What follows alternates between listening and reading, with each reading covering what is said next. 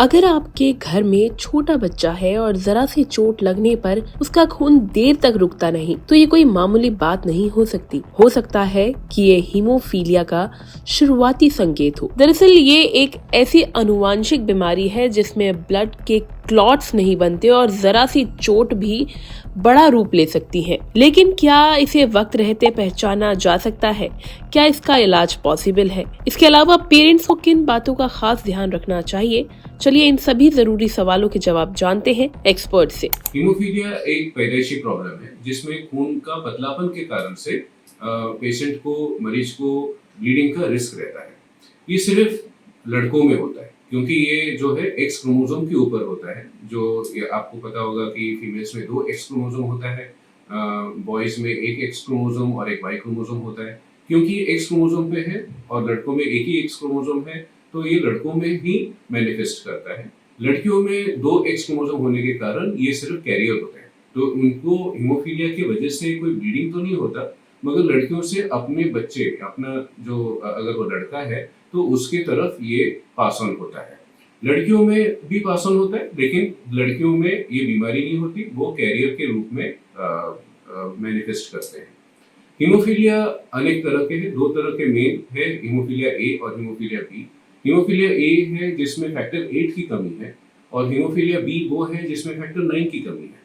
Factor 8 और factor 9 ये दोनों फैक्टर हमारे जो शरीर के अंदर खून को गाढ़ा रखने में मदद करता है और इनकी कमी के कारण से खून पतला रहता है। चोट लगने पे इनमें ब्लीड होने का रिस्क हो जाता है।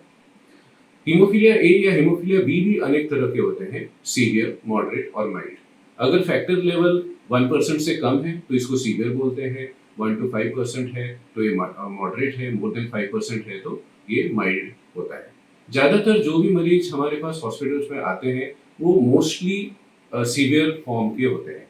ये मैनिफेस्टेशन शुरू हो जाता है बचपन से ही।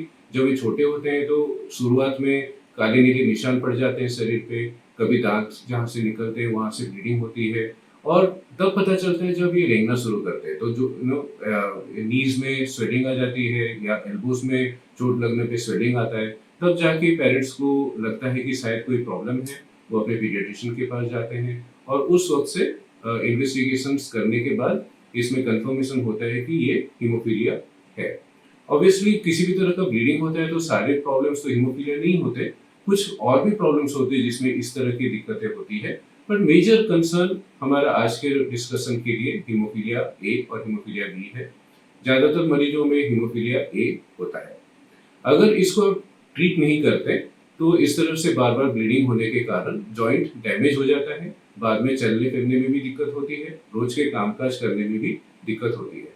बाकी ब्लीडिंग होने के कारण से लाइफ को भी रिस्क रहता है। चोट लगने पे ब्लीडिंग सर के अंदर हो सकता है, पेट के द्वारा भी रक्तस्राव हो सकता है, पेशाब में भी ब्लीडिंग हो सकता है, जिसके कारण से लाइफ को रिस्क रहता है। इलाज के तौर पे हम लोग जो फैक्टर की कमी है उसको पूर्ति करने की कोशिश की जा सकती है। जैसे फैक्टर 8 की अगर कमी है तो फैक्टर 8 कॉन्सेंट्रेट्स आते हैं जिसको हम लोग हफ्ते में 2 बार 3 बार देते थे।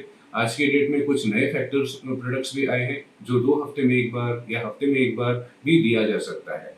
कुछ इंजेक्शंस ऐसे भी हैं जो इंट्रावेनस ना देकर सबक्यूटेनियस रूट में भी दिया जा सकता है, तो ये इसमें मरीज को भी काफी आराम हो जाता है।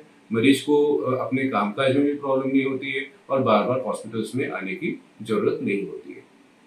पेरेंट्स को यही इंफॉर्मेशन दिया जा सकता है कि अपने अवेयरनेस ज़्यादा होना चाहिए। अपने जब छोटे बच्चे हैं तो अपने स्कूल में जब भेजते हो तो स्कूल में टीचर्स को बताना चाहिए कि ये प्रॉब्लम है, ताकि कॉन्टैक्ट स्पोर्ट्स जैसे फुटबॉल, क्रिकेट, इन सब से दूर रहना है।